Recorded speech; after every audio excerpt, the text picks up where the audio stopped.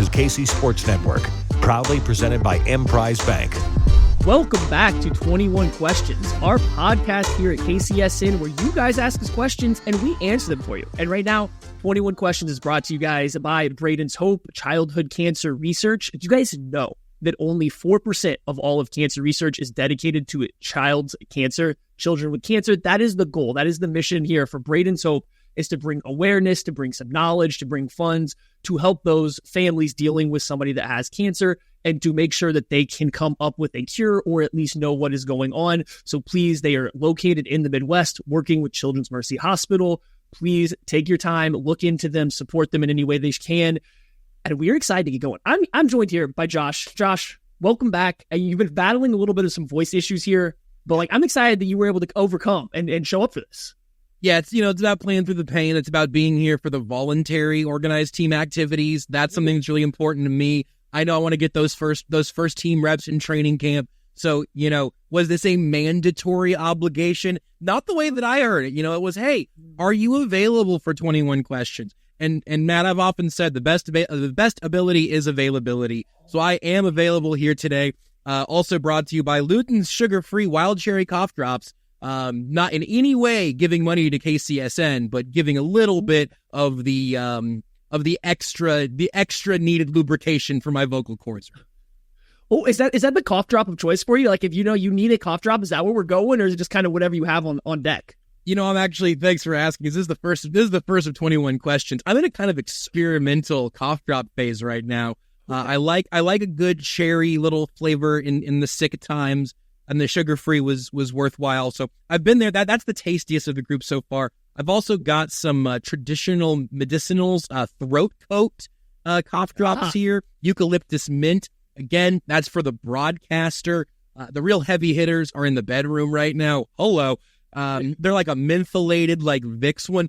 That will try to hopefully keep my entire throat from feeling any tickles. You don't cringe at me down that.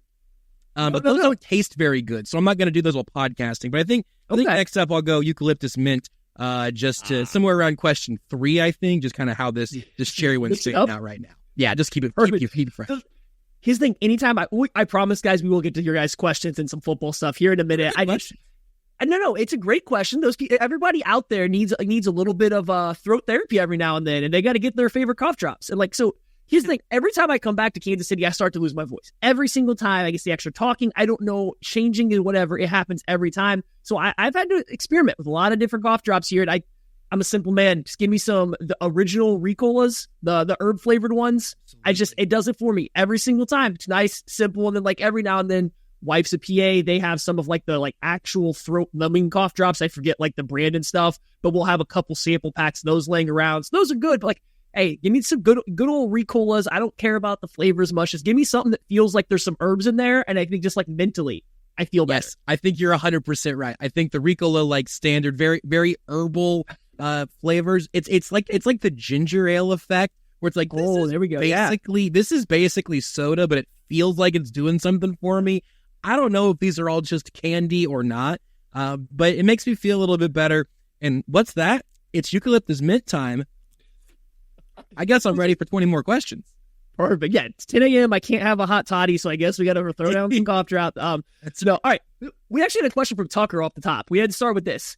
Apparently, there's some rumors swirling. There's some talk around David Bakhtiari maybe potentially being healthy enough to play. And I think the way he floated it out there was kind of I want to play for the next Super Bowl MVP, was kind of his quote about it. I'm well, okay, let me check back in history here. It seems like it's Patrick Mahomes or the field is what he's saying right now. So, Josh, what would be your interest level in a David Bakhtiari if he was healthy enough to pass a physical? I'm hoping and thinking you may have a little bit of a rebuttal for me here in a second, so please don't feel like you need to soften it after I deliver what I am making my most overly confident take of this offseason. And if I'm wrong, I'm wrong. Who cares?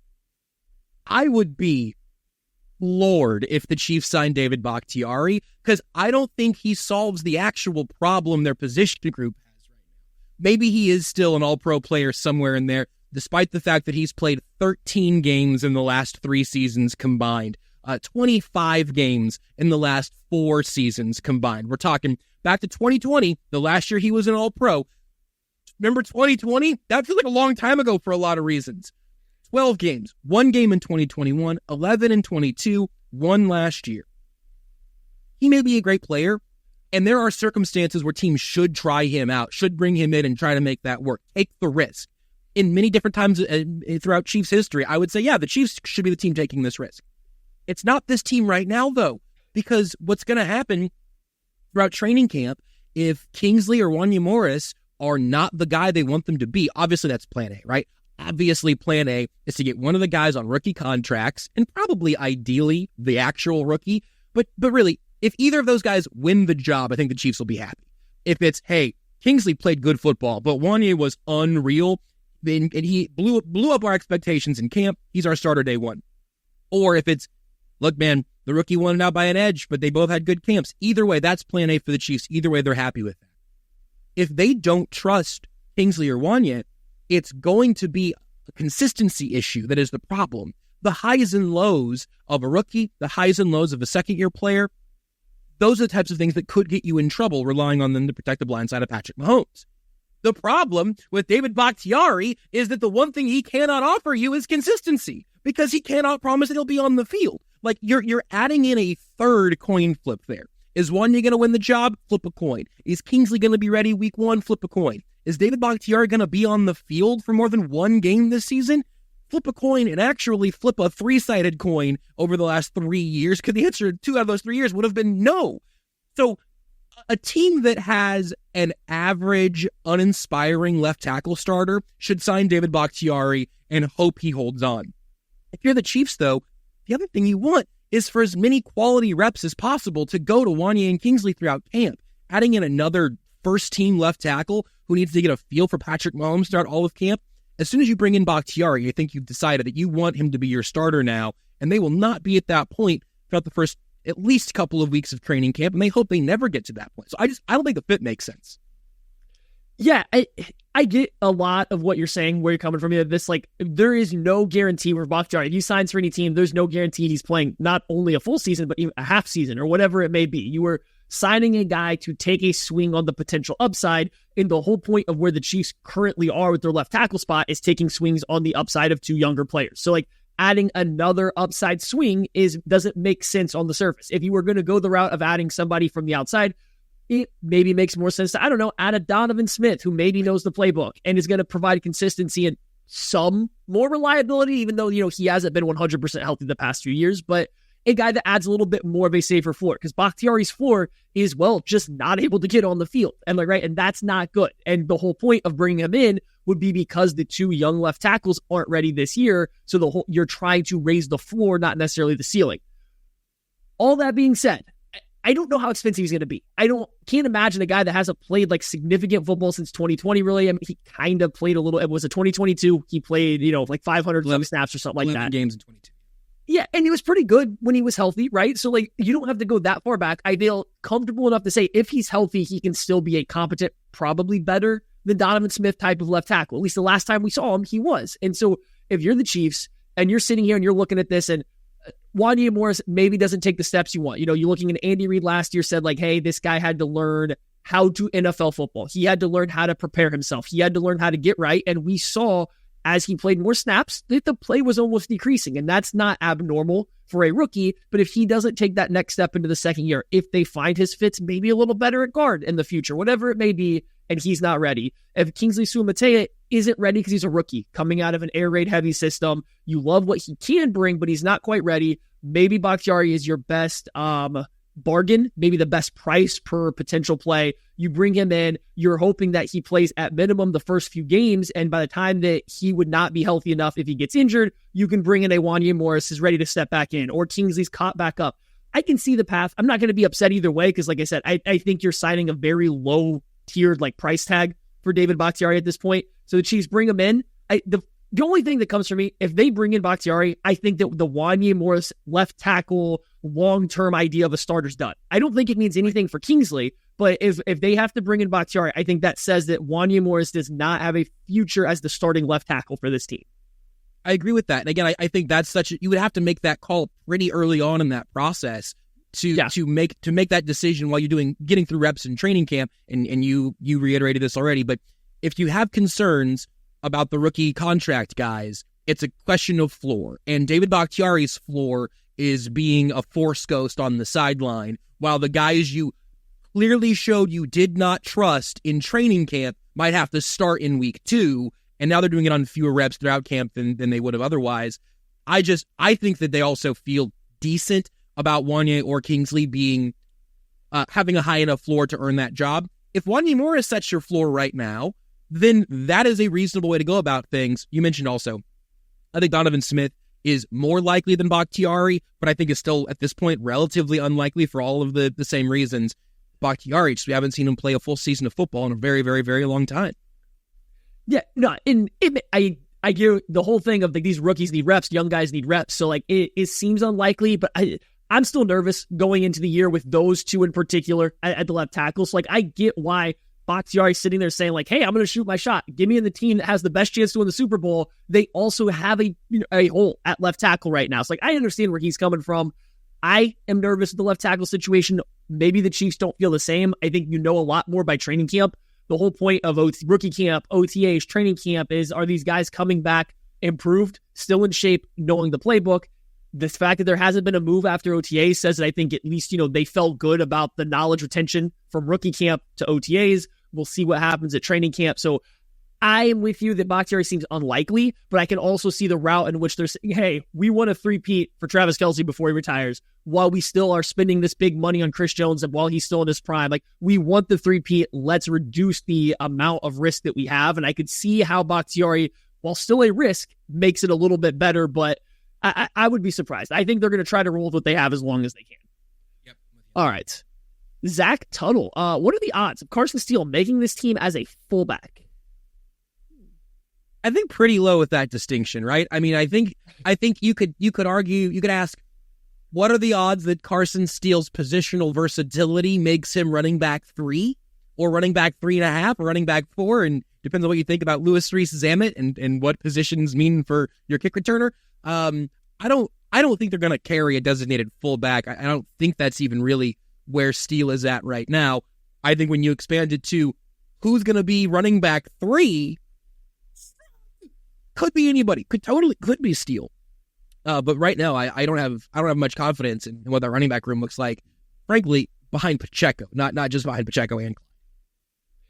Yeah. Here's the thing. I think the Chiefs are desperately missing a third down running back, just a player to put out there on third downs.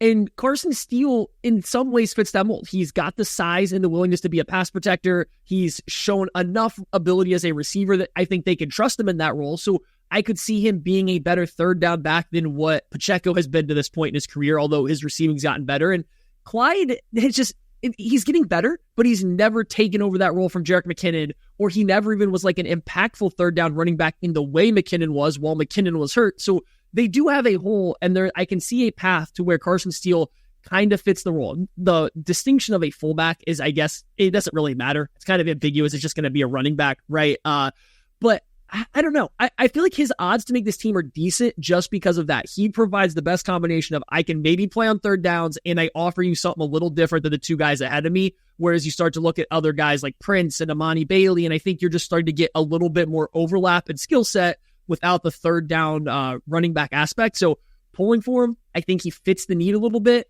But I also am going to say right now, my odds-on favorite for the Chiefs running back 3 is Keontae Ingram, and I don't know if you get a fourth running back on this 53-man roster. I agree that Ingram is probably maybe just by him being an incumbent, being a little older, and that big thing the Chiefs enjoy, but I think Ingram probably has the best shot. They got to find some juice outside of Pacheco on that running back. Yeah, and like I said, who you put out there on third down? Pacheco's historically been a terrible blocker. Clyde's gotten better, but he still just hasn't been super impactful on third down. He's a super great blocker. Yeah, and it's just where are you going to go? So I don't know. That's a big opening for any of these backup running backs. Kyle C. If you're going to pick one Chiefs game to attend this year, consider the kickoff time, date, opponent, location. Who are you going to pick and why? Real quick, Panthers game for me, I don't have to get on an airplane. I get to take a nice quick drive down to Charlotte. Game's at 1, so by the time it's over, I get to come back home, and it's still like a normal day. But as far as like a game in Kansas City, because I believe that's the thing that we're angling for me, so like, all right, I'm going to remove the fact that I have to fly there no matter what, right? Because like if I have to travel in anyway, like the fact that it's a night game doesn't matter. I'm already going to be like flying back. So like I don't care if it's a Sunday night, Monday night game because I have to fly. But like if I lived there, I was choosing a game. Give me the Bengals, the fraud goals in week 2. Afternoon game, that's my favorite time, especially when I attend a game. You get the most tailgating without having to wake up super early. You can still get out, get home at a reasonable time to have a normal bedtime, be completely functional for the following Monday. And again, it's the fraud goals. It's one of the best rivalries in football right now. So I think that's the big money one on September 15th. That caught my eye. Obviously, opening night, you want to see the banner drop and all of that. You hope that it went better than last year's opening night did. Like, there's something cool there. Obviously, the Ravens are a great matchup. You shared the stands with Chris Jones. That's exactly right. You can sit between the Katz brothers if you want to have the best view in the house, other than being on the field, maybe trying to chase Jared Goff. But I'm gonna give a much later look to a game the Chiefs wish they weren't playing. Week 16, when the Texans are in Kansas City. That's Saturday, December 21st. It means it's not on a Sunday. It means next week's not a real week for anybody. Christmas is on Wednesday. So I think if you go to Texans at Chiefs, noon kick, by the way, noon kick on Saturday, week 16, December 21st. That's the beginning of your Christmas week right there. Christmas has begun. I like it. I considered that one, but my one pushback was this. You are missing the first round of college football playoff games by being at Arrowhead. Now, for most people, that doesn't matter. It's a small thing. It's a great game. I agree. There is a hard crossover there. You are getting the first ever home college football playoff games are happening at the same time as that one. So that was my only holdup with that one. Last thing I'll mention for an argument for week 1, if you're at the game, you can't hear Chris Collinsworth talk shit about Jawan Taylor all game. Oh, what penalty is he going to, what kind of infraction is Collinsworth going to hype up for a quarter and a half this year so that the Chiefs just potentially lose like 3 extra games? I think simple hold stuff that never gets called. It's like, well, he's got his arm kind of high around his neck. It's like, well, you know what? For Jawan Taylor may have blocked him in the back there. Hey, Chris, the defensive end turned his back to him. That's not a penalty, right? I think it's going to get weird. Kick routes. Oh, it's gonna be offensive pass interference and rub routes. They're gonna hit one like mesh rail concept, and he is just gonna isolate it, circle it, draw on it with 3 different colors, and it's gonna be 3 weeks later. Travis Kelce's gonna get back-to-back OPIs for a push off and a rub route. Oh, and then he's gonna punch Jack Cochran on the sideline out of rage. You're so right. That might be the way to pull the pin on this 3P campaign is to start calling Travis Kelce for rub routes. Oh man. Grayson Jasper. A couple trade deadline players that would be a possibility with one of our extra thirds. Oh boy, this is a research-intensive question that I have not done yet. So somebody somewhere else made a great joke about how excited they were. It might have been during Weird Games on Tuesday. Yeah. About how excited they were for the midseason trade for Willie Gay Jr. It's not for a third, hopefully, but I did like that one a lot. I'm gonna guess. Running back seems like one, like especially if you get an injury. Clyde gets hurt. God forbid Isaiah Pacheco gets hurt at some point in time, and this Chiefs team is still going to, even without him, with Clyde, Ingram, Carson Steele, whoever we're talking about, right? They lose Pacheco. They're looking for somebody, and so I think that's one. I don't have a specific player that jumps out to me by any means. I'm not completely familiar with everyone's out right now, but I think a running back, especially if you have a Pacheco injury. The Bears we have Ryan Pace over there, so you obviously have some familiarity. I believe they brought in Swift this year, but they also had Khalil Herbert has played for them over the past couple seasons. Maybe they're willing to part with the backup running back for a 3rd-round pick. Seems awfully aggressive for that, so maybe less than a 3rd-round pick. But I'm just trying to think of even a position I would be looking at. Yeah, I think that's probably right. I mean, we've gone through years of wide receiver panic, and the only thing the Chiefs did there was trade for guys who already knew the roster. So unless things get even worse and then, or they knew the playbook, unless things get even worse and they make a really late call about Juju or something, I don't know that there's anything there. They've invested in their offensive line depth already. So again, you're kind of, at this point, you're almost predicting injuries. I think you're right. We've talked about this now, throughout just this episode twice, but the running back room is so thin right now. And this is even as someone who has talked for years about how we value running backs and everything. This team without Isaiah Pacheco on it is notably worse as a well-rounded, functioning offense. Yeah. So if something happened to Pacheco, I could see them start making the calls around the league for number 2 running backs. I think they might be making some of those calls late in training camp as it is. Yeah, no, for sure. And so I'm scanning through a couple running backs. The Dolphins kind of stick out to me because not only do they have Mostert and the Devin A chain, but they drafted Jalen Wright out of Tennessee this year. Like, how many fast running backs do you need? I would assume Mostert would be the most available. Like, he's penciled in as their starter, but like, how long can that last? So maybe he falls out of the rotation by the the deadline, still healthy. I also believe he's the oldest starting running back in the NFL, which is kind of odd. I'm just kind of scrolling through here, though. There's not a lot of teams that are 3 deep at running back, especially in today's NFL. So it's really hard to put a name to it. But yeah, running back is one. I guess corner would be the only other option. If you really want to send a 3rd-round pick, you get going and you realize that the extra snaps for a Watson, an extra snaps for Joshua Williams or Najee Johnson, whoever it is, no one's stepping up. And they're having to play more snaps now. And all of a sudden, this pass defense can't cover long enough to allow the pass rush to get home. Steve Spagnuolo's having to do a lot of extra work to disguise stuff. It's causing a lack of integrity. Maybe you go try to add not a stud, but a starting caliber corner. A 3rd-round draft pick can get you that, especially for an upcoming draft. So you poke around, you find a team at the bottom of a division somewhere, you bring in a corner to start opposite of McDuffie. That could be where I could actually see a 3rd-round draft pick probably going to. I think that's as good as it gets. This defensive tackle group outside of Chris Jones is weird, but right now the plan is just Chris Jones and a bunch of really big dudes who can play next to him and just start throwing numbers at it. Maybe if it's a bad end to that experiment, you make another call there, but it's hard to find, especially with that 3rd-round pick in mind. I'm just ready for the next draft guide so I can get excited about who they're going to spend that 3rd-round pick on. Oh yeah, that's a fun one. All right, I think we might be out of Chiefs questions. We might be, for this version of 21 questions, we might have set a record, so we might be out of Chiefs questions. So I think it's time that we just got to send this bad boy to break, and when we come back, we're going to get into the rest of your guys' questions coming out of this break.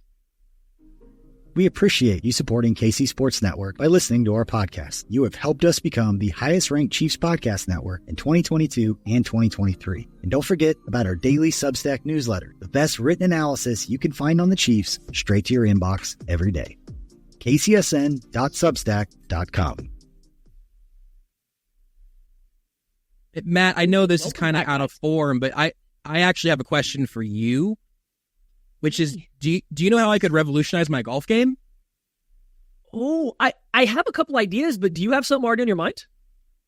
I do, actually, because you know what? I'm so glad we ended up talking about this. I ended up at PXG here in Kansas City, and I got to see the difference that getting a fitting at PXG, eating a specially crafted club from PXG, what that can do for your golf game, and frankly, what that could do for you as a person. I went in and I swung the PXG Black Ops driver, the total game changer. I was just chatting with our friend Jordan Foote about him getting that out there on the driving range. And when they say that it adds distance without sacrificing forgiveness, Jordan agreed with that. He's like, I still look, I have stuff in my swing to work on here, but the actual results that the PXG Black Ops driver presents to you, the absolute game changer that you've been waiting for. Plus, going through that fitting experience for me was awesome. I was able to see all of my stats as a beginning and not very good golfer.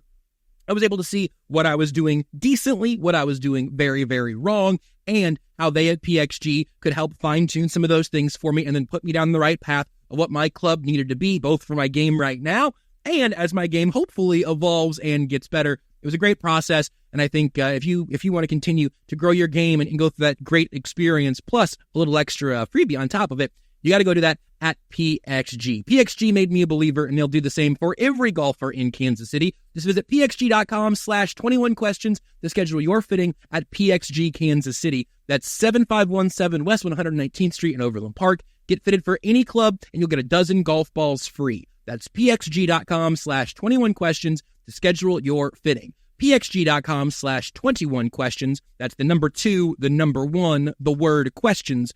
Limit 1 dozen golf balls per person. Promotion ends June 30th, so don't wait. Other terms and conditions may apply. See store for details. I've heard those balls are fantastic from people who've got to play with them a few times. So I have heard they can't had a great time playing with those balls. Yeah, I tell you what. Next time I come to Kansas City, I might have to swing by PXG and see what's going on down there. See what they got. I would play with Kent's balls, but I would prefer to play with PXG. Yeah, that's true. Well, we are moving on because we have no more Chiefs questions now. We are ready to rip into this bad boy. Let's see what else we got here. Okay. Sorry guys, I am scrolling through okay, hey, I didn't say this at the top. If you guys want to ask us questions, you got to go into the KCSN Discord, and that's where you're going to put all these questions in. Besides when Tucker throws one at us right at the beginning of the show that we need to talk about, the rest of them are coming from the KCSN Discord. So you sign up for the KCSN Substack. That's kcsn.substack.com. You get an invite link to the Discord, and you can ask all your questions in there. So I'm kind of scrolling around through that now, right? And I'm trying to pick out the best questions here because Josh has now gotten in the Discord, and he's been very interactive in this 21 questions channel, and it's just my questions are all jumbled up now. Sorry. We got one from I'm Pharaoh too here. excited. Who is more fraudulent, the 2024 Phoenix Suns or the Cincinnati Fraud Goals? So I think this is a question geared for you. I mean, this year of the Suns was so fundamentally fraudulent that it's almost hard to think about anybody being more fraudulent. Like, they could not inbound the basketball. They could not keep the possession of the basketball. They could not pass the basketball from one future Hall of Famer to another. Those types of things, to me, make a team feel extraordinarily fraudulent. But if you're worried about it, fellow Suns fans like myself, good news. Mike Budenholzer's here to fix everything. So, I mean, the Lakers hired a podcast host who allegedly had some other NBA connection. I'm not familiar with his work. But my God, man. Hey, I guess at least the Pistons are the team. I actually think the Suns and Pistons are both still paying Monty Williams. I think he's going to make like $100 million to not work next year. He has a lot of money coming from Detroit still. So, yeah, no, that was a very fraudulent team. Next year's team will hopefully be less fraudulent, but will still absolutely lose before their time in the playoffs. And, yeah, it's like my team has 3 future Hall of Famers on it, and I don't enjoy watching them play basketball. I didn't for most of this year. So it's a rough time, but thank God Luka didn't win. Oh no. Oh man, we can't be happy for a Boston Celtics win. We can't do that here. My most irrational sports hate is against the Dallas Mavericks, only and solely for the Suns' own fault. Like it's totally it's not your fault. It's not their fault. I get it. I have a little defense thing behind me here. Yes. I get it. So okay, so more fraudulent. Yeah. What happened to the Suns? That's got to be the highest rate up here. You keep saying 3 Hall of Famers.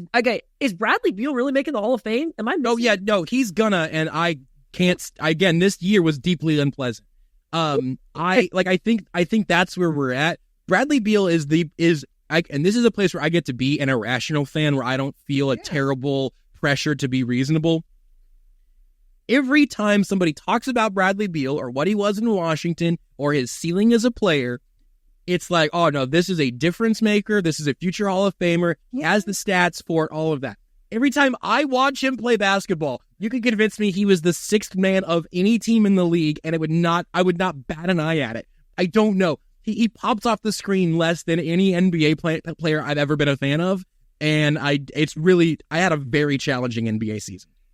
Yeah, no, I get, and I guess the NBA, it's easier to get in the Hall of Fame than compared to the NFL or even Major League Baseball, and it's a lot of accumulation of stats. But yeah, I'm with you. I just I see him in a different light than what I guess I assumed that was. So I'm just trying to look up real quick here, just kind of looking at his stats compared to some other guys.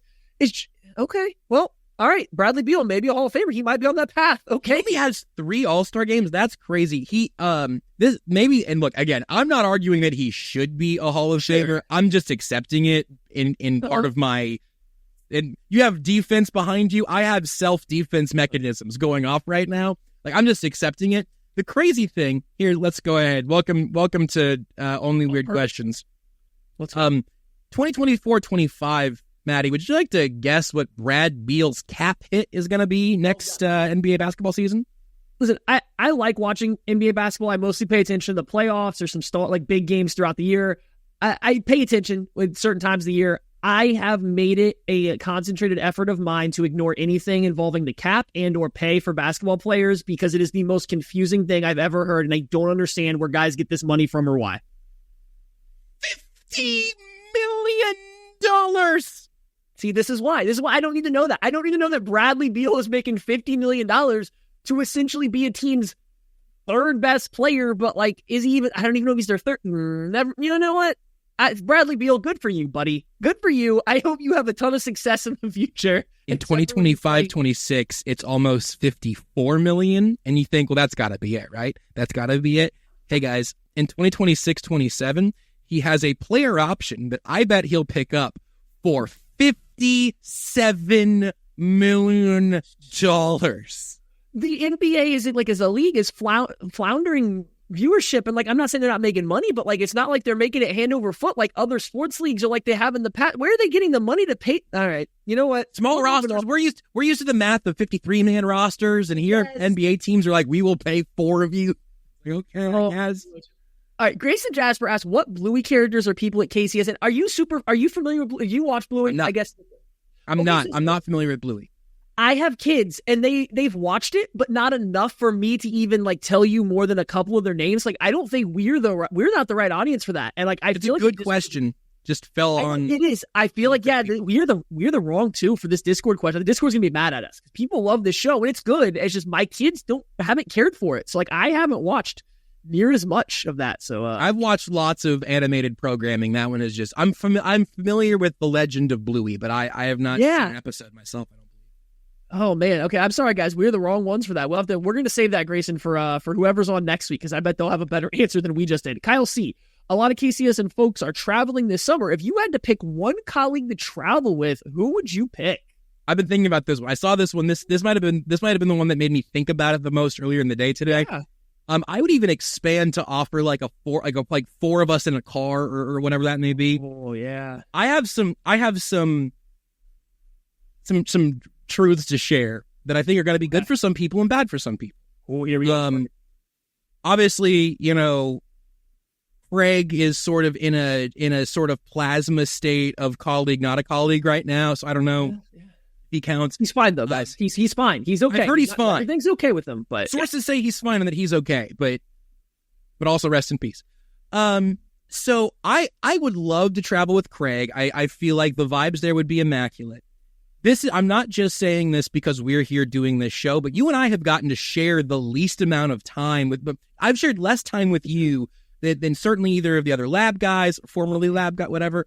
Obviously Seth and Nate, and even expanding it throughout some more of KCSN. We haven't spent that much time together. This is true, but I think the vibes are good, and I think the travel's a great way to get to know somebody. And I think we'd both handle, even the tense moments in an airport, on a road trip, sharing driving duties. I trust you in that realm. It means so much to me. I mean it, and I it's serious, because I'm not going to mention how I would feel about a cross country road trip with Seth. Because I don't. Is he bringing the kids? He's not going to party, and I don't mean go out and party. I mean party. So hang. So I think you and Craig have very, very clear vibe clearing ability for me. Nate is a great hang, obviously. I haven't gotten another road trip with Tucker, and I would love to do that. I know Jordan Foote and I would be great travel companions. So I thought about it. I can't extend into the rest of the Royals or even the college crews with confidence, but yeah, Craig, tier 1, I think is Craig, Tucker, Jordan, you, Nate. Let's go. And then a drop off, and then Seth, and then a drop off, and then Kent. Yeah, I mean, let's see, I got to get BJ in there before Kent. Sorry, yeah, obviously BJ. I'm going to get BJ in there before Kent. Let's see, Joel and Josh from the Royals podcast in before Kent. Good vibes. Nick, haven't gotten to spend as much time with. Yeah, no, I'm with you. Nick's producing. He's before Kent. Anybody who's hosted the college show probably before. Probably before Kent. Yeah, they're probably before Kent. Let me see. We have these really cool hats or merchandise that didn't quite get printed right. I might put them in the passenger seat above Kent, but then I think he slots in right there. Mannequin. Yeah, something like that. All of the former players who've ever been a part of the network, definitely somewhere above Kent. Oh yeah, I would take a crazy road trip with Mike DeVito. That'd be my guy. We'd have so much fun. I love talking to Mike. The little miniature NFL Dirk and Ryan Scott Hall, obviously far over Kent, but also over a couple other people I've just mentioned.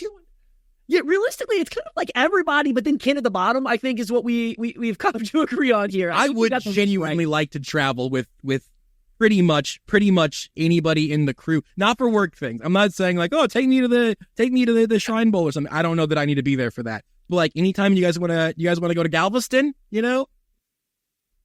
Oh, no. Barkley for recommendations. Let's go. I am with you. And yeah, you were right. We haven't got to spend a lot of time together. I would love to take a road trip with you. And if we had to round out a full car, I like bringing in Craig because he's so smart and his food takes are exceptional. So like we would always have food on top. Food's so important. I've gone enough places with Tucker. I love hanging out with Tucker, and Tucker will provide with endless laughs and so much fun to do. So like that car right there, that 4-person travel right there, I'm ready for it. I'm ready to go. We got to figure that out where we got to go. It's almost like the lab just kind of had one problem with it. Oh my gosh, I don't know what is happening here. So to both of you, which dog or animal that is living with you is now your favorite? My kids. Banger question. Got 3 of them. The kids. Yeah, I'm putting them in the animal question. No. Oh, which animal is my favorite? Right. I mean, like right now we have a baby sheep. A lamb, I guess, is what I was yelled at to call it. Name is Coconut. So like that, she's kind of fun. She hops around. It's kind of fun to watch her. You know, I forget what was it called. I forget what it's called when they jump around, but they just do some weird jumping all the time. That's kind of fun. But like, my favorite animal is probably one of our livestock guardians dogs. His name is Axel. He's like 115 pounds, but like the dopiest dog ever. He always has this goofiest look on his face. He just kind of bumbles and rumbles around until he thinks something's trying to break in the fence. And then he turns into like the scariest thing ever. But he is the biggest just goof of all times. And we just kind of, we kind of get along. We vibe. He follows me around everywhere I go out there, just like makes me pet him everywhere I'm walking. So he's got the top rung so far. What a good sounding dog. We only have the 2 animals in the house right now, both dogs. We have Scout, who we've had for, I think she's 6 or 7 years old now. Little fluffy white dog who in many ways resembles a sheep. She gets fluffier and just sort of rounder. We've talked about she's a sheep dog, not a sheepdog, a sheep hyphen dog, like space dog. She's like 15, 20 pounds maybe. A perfect angel of a dog. And then we have Hopper, who is like the 9-month-old mini schnauzer puppy that we have. He's called Hopper because he only has 3 paws. And so the way that he gets around everywhere is by hopping. Also like little Stranger Things kind of reference, right? Pop he's kind of a goat. He jumps around kind of like a goat. That's my livestock is the dog that slowly grows into a sheep and the dog that moves and runs around and chews on things like a goat. Do they headbutt each other all day long? Because the goat and sheep definitely do that. Hawk tries. The goat in this instance definitely tries to start things. That's the way it goes. And Scout the sheep just kind of wants to like sit in the bookshelf sometimes. They're both wonderful and I love them both, but only Hopper has pooped and peed on the floor this week, and only Hopper has ever destroyed one of my AirPods, so Scout wins. Hopper just out here catching strays for stuff we all do. Speaking of puppies, Lee 87 asks for what is your favorite dog breed or type? I mean, you can keep it pretty bland. You know, he lists like herding, working, so on and so forth, or you can get specific. I mentioned we have livestock guardian dogs, and like since they are outside, we probably will never have anything else. They are Anatoly and Great Pyrenees mixes, so they're very large, they're very fluffy. That's why big dogs. That's why they can't come inside. I mean, they've both been super easy to train. They both live outside. They do I guess they'd be a working dog here. They do their jobs excellent. They've been awesome outside of when they are going through their adolescence. They maybe kind of accidentally kill a couple chickens. So like once they get past that, once we keep that and get that issue under control, they're great. And that's just a small section of their life. I will say though, I'm kind of allergic to most animal hair. So we also have a golden doodle, or golden shepadoodle. Actually, the mom was a German shepherd. So I do like a good hypoallergenic dog. She's just very, very hyper. So that is what maybe keeps her not being the tip-top shape. That we have that in common. I am deeply allergic to cats and pretty allergic to shedding dogs as far as I can tell. So I've only ever, and I don't think I've ever been the one to pick a dog, but my family dogs, and then Scout, who Renee found, and then Hopper, who, I guess we got sort of together, but that was a Renee find again, all on the smaller side. I've always had dogs, but they've always been littler dogs. We had a Westie another terrier. When I was little white fluffy Westie. Now we have Scout, a white fluffy mutt. We had a couple of Yorkies. My family, when we all lived in the Shawnee area, we had a couple of Yorkies. Great dogs. The littler one got was a little yappier. I don't love the yappiness of it all. Scout and Hopper are both small dogs that don't yap like little dogs, which is really important. So I like a good small kind of lap dog that wants to cuddle around and hang out with you, but isn't going to make a bunch of noise about it. All right. Okay, we're going to rapid fire last couple of these guys to get us on out of here. Yeah. All right, best cold cut. What's your favorite cold cut? If I'm just making a sandwich out of the drawer in the fridge, it's going to be turkey something. But man, I've gotten really into my charcuterie game over the last few years. I'm a big prosciutto guy. Not like it doesn't work for a sandwich, right? So it's like it's kind of dependent on what I'm doing, but I do love. I can house a lot of prosciutto in a very short period of time. I've got a variety pack of salami in the fridge right now that I was working on. As long as sometimes they're too salty. Like give me one that's not too salty, and we can really go to town. Good take.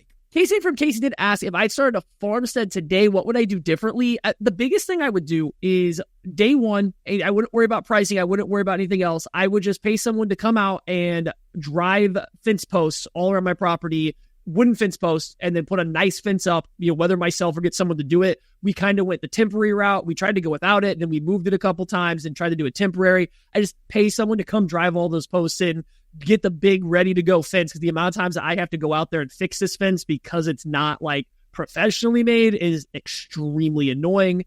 And let's see, I'm going to find out one final question for you. I saw a good one here. I'm just trying to find where it goes. I can't find it. Oh, okay, here we go. Who is going to win the Euros and the Copa America? I believe this is a soccer question.